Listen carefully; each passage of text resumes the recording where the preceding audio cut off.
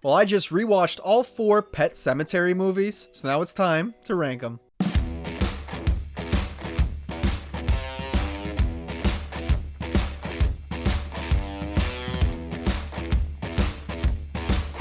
Hey guys, welcome back to the channel. Hope you're having a good one today. I'm the movie ranker, and today I'm ranking all 4 Pet Sematary movies from worst to best. Crazy to think that there's 4 films in this franchise. I kind of didn't realize it. Yeah, we'll get into my rankings. Just make sure you drop your rankings down in the comment section. Would love to see them. Also, like the video and subscribe to the channel so you don't miss out on any future rankings. I'm sticking with horror all October, guys, so if you're into that, definitely subscribe. Without wasting any more time, let's rank them. So kicking things off in dead last at number 4, I'm going with Pet Sematary Bloodlines. A pretty terrible flick. One that started off pretty mediocre and just got worse as the runtime kept going. It's less than an hour and a half, and it felt like it was 3 hours long. Such a chore to get through this film, and it's just so generic and lifeless. I mean, instead of having actual scares and being psychological and everything, they go for the cheap jump scares, which don't really do a whole lot. And this one being a prequel, we follow the character Judd, who was the old man in the other movies. And for one thing, it doesn't feel like that character. He's in his 20s in this film. But yeah, I just can't seem to find that connection between him and the older version of himself. It doesn't seems like a different character altogether. And none of the characters in this film are real interesting. They're all just in and out. Once the movie's done, I completely forget about them. I mean, the casting is decent, even though some of the acting is a bit stiff, but there's a few familiar faces in here. We got a Pam Grier, which is pretty cool. David Duchovny, I think that's how you say it. Like the dude from X-Files is in here, but both those actors get very little screen time on here, I feel, and they're like the two biggest names on here. But yeah, characters are forgettable. The acting kind of hit or miss. And the main story of this one is basically about this dad who buried his son after he came back from Vietnam, from the war. And yeah, he's basically like zombified or whatever. And the whole town doesn't really know what's going on with him. Judd being used to be his best friend and one of his good friends, and trying to figure out, yeah, what the hell's wrong with this guy now. And of course, it's pretty predictable. I mean, he goes around, he starts messing with people, starts killing people off until the final act. And I feel like they could have really tapped into some good themes and social commentary here with, you know, the soldier coming back a different person, you know, whether we're talking about from trauma or whatnot.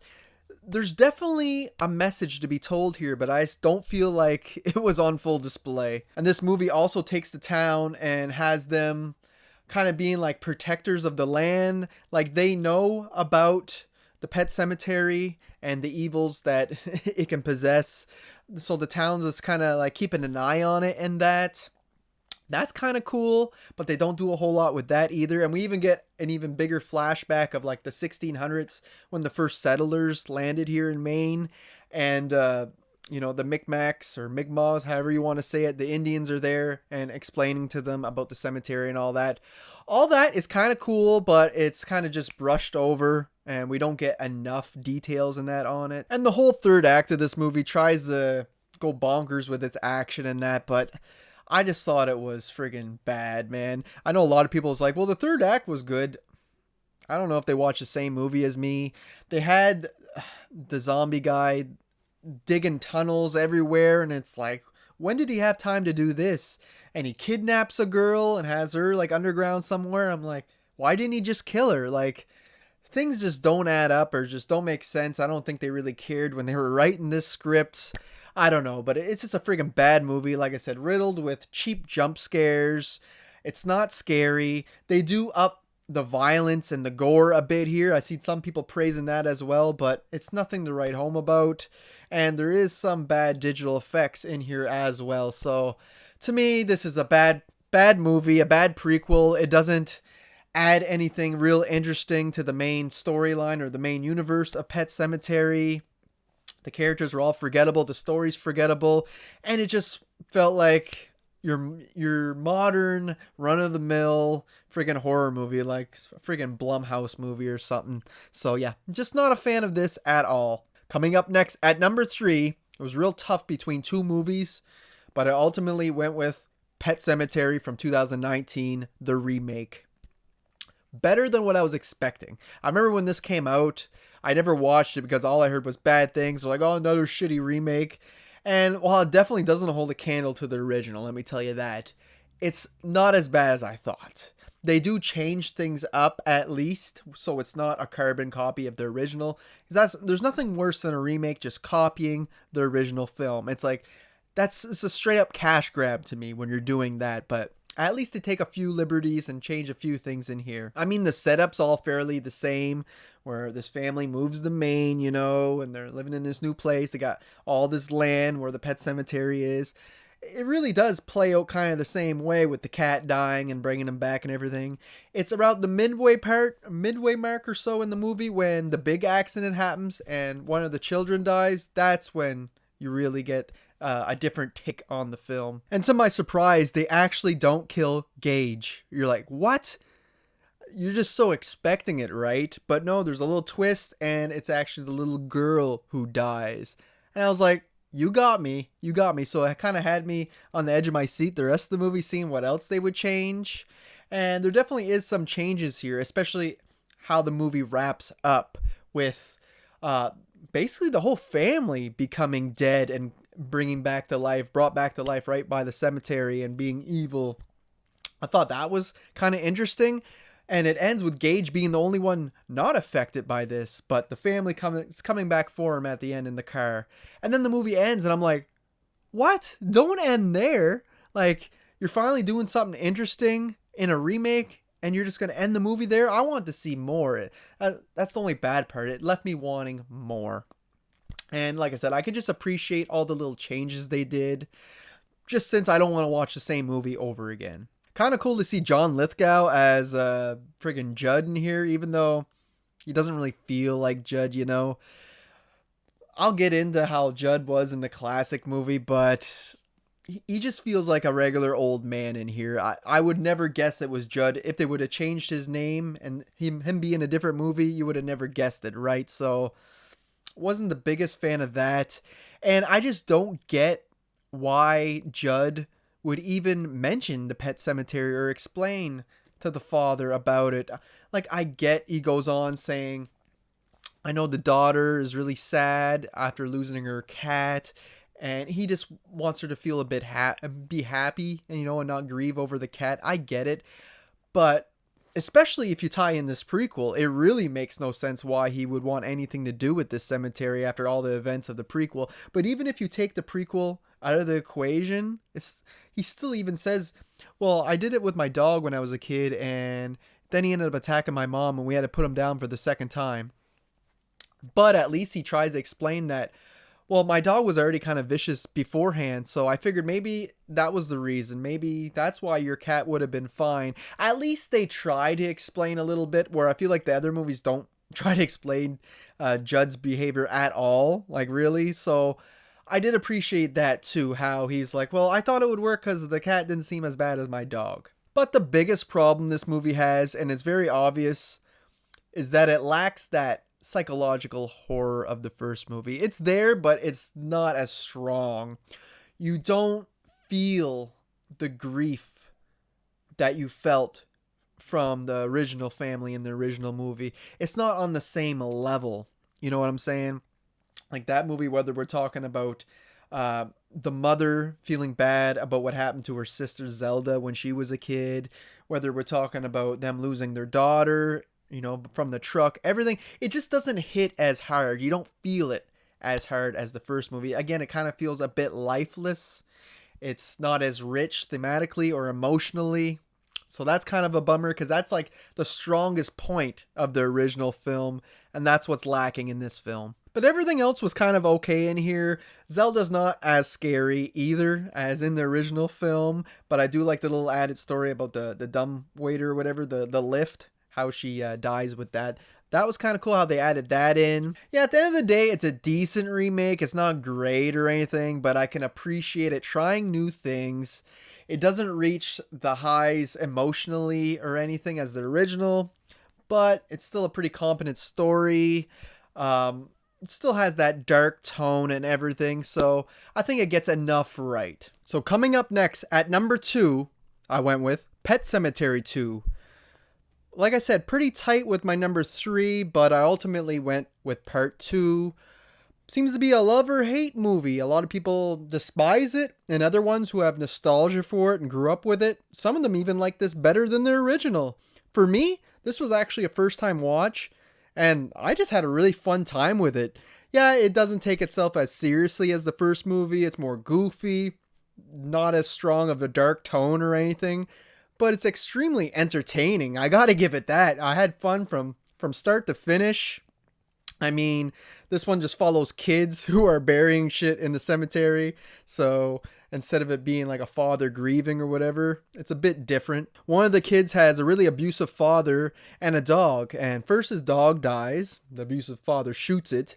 So he buries it at the pet cemetery. It comes back and it's basically like a wolf. Crazy dog. But yeah, and then eventually the dog ends up tearing the throat out of his abusive father. So he buries the father too. And he's like, and we're back to being a happy family again. It's like, not so fast. Do you know what happens to these people that you bury? They don't come back the same. And the abusive father, he's also like the sheriff of the town. It's really interesting when he comes back from the dead because he's going out and killing like the bullies and, you know, chasing the kids around and everything. He's kind of a wild card, but he's kind of really fun to watch. I mean, he kills one of the school bullies with his dirt bike by like putting a tire on him and revving it on his face. Pretty gnarly stuff. And then he goes and takes that kid, buries him so he can have like a partner in crime, basically. So I just thought it was a lot of fun watching the zombified people and the dog and that go around and cause mayhem. And the main kid in the movie is played by Edward Furlong, you know, coming right off the heels of Terminator 2. So, you know, he was really hot at the time, and this is definitely not on the same level as Terminator 2, but I think he does a great job in here, and I think the acting all around in this movie is really great actually for this type of B-tier movie. And this kid's mother dies at the very starting of the movie. She's an actress and she gets electrocuted on set. So after he witnesses his buddy's dog come back and father come back, he has the plan to go get his mother's body and bring her back so he can have a mother again. And he feels like his mother and father could reconnect over this and he can be a big happy family, you know, but again, that's just not how things work out in these movies. And while this may not be as emotionally deep or as serious or have as dark a tone of the original, it's still a really fun time. It's more of a popcorn type horror flick. They up the body count and there's just more carnage throughout. And I just had a really fun time watching this movie, much better than what I thought it was going to be, especially how I was reading how some people really hate this movie. It's not great or anything, but it's definitely a fun time at the movies. But for me, easily coming in the first place in my Pet Sematary ranking is Pet Sematary, the original film. Now, while I never read the book, and I heard the book is even better, which is no surprise, it's usually always the case, this movie just really hits really hard. I find, especially as I grow older, like when I watched it when I was younger, I thought it was just okay, but on every rewatch over the years, I seem to connect with it just a bit more. The themes seem to resonate with me more. And yeah, I just like the psychological horror aspect of this film. It's not about the jump scares or anything, but it's really thought-provoking, and it makes you think about the film long after you watch it. And obviously this movie is about, you know, the family cat dying, then bringing it back, it becoming evil, and eventually bringing back their son who got killed on the road by a truck. And that scene hits so hard too when Gage dies. You're just like, one of the saddest moments in cinema history, it really is. And you really feel the sadness coming from the parents, especially the father. You feel his grief. You feel that he's kind of in denial that his kid is gone. He blames himself. So all these factors come into play, which leads him to wanting to bring back his son, even though he's seen that the cat didn't come back the same as it was before it died. It doesn't matter. He's willing to take the chance. How far are you willing to go to bring back the ones you love? And the movie just tackles that so well. And Miko Hughes is so great in here as the kid. I mean, in every movie he was in when he was young, He freaking nailed those roles. And yeah, when he comes back evil, it's just you still see that childhood innocence in him, but he's evil. And when they go to kill him and he goes, "No fair," and walks away, it should be silly, but it's not. You're like, wow, that really just hit hard. And of course, the other scary thing in this movie is Zelda. Has nothing to do with the Pet Sematary either, which is kind of ironic that it's one of the scariest things in this movie, where the mother reminisces about how when she was younger, she was forced to look after her sister who was physically challenged. She had a condition, right? And Zelda's played by a friggin' man done up, and it's just so freaky. Just the bones sticking out, the way she talks, the way she comes up to the camera. It's just like nightmare fuel, man. And again, it's dealing with grief, how she blames herself for her sister's death, untimely death and that. But I mean, at the end of the day, her parents should have never left her alone to look after her in the first place, right? So it's not the kid's fault, but you definitely see that weigh heavy on her conscience, even after all these years, So the movie tackles grief and how we blame ourselves throughout the entire film in different aspects and different plot lines, which I think it handles all of them really well. And I just love the foreshadowing in here, how you see like a ton of trucks going a million miles an hour throughout the whole starting of the movie, and you don't really realize that's going to be the kid's demise eventually, right? And we get enough time seeing it, right, where you should clue in that something's bad is going to happen with those trucks. And I think that's brilliant. I think Judd is a pretty interesting character. Now, I still find it kind of dumb that he told this family about the Pet Sematary and got them to bury the cat and everything there, because he should have known better that it would come back evil. But in this movie, it's a little less bad because, for one, Judd has a beer in his hand almost every scene. I mean, he seems to be a drunk. So, when you're drinking, you tend to tell secrets and that you're less concerned about stuff like that. So I could see him let something like that slip when he was drinking or whatever. Okay, I can let it pass.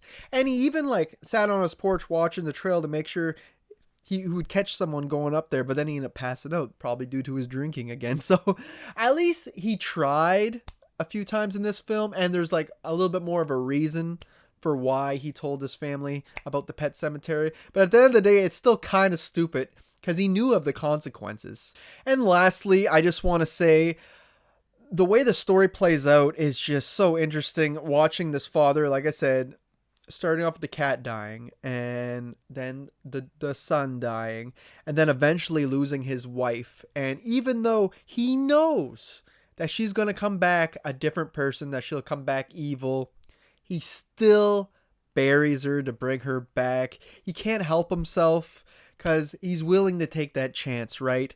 And it just goes to show we don't really know what we would do in that circumstance, right? If that happened to you. And like I said, it just makes the movie so thought-provoking, and I just think it's pretty brilliant in that area.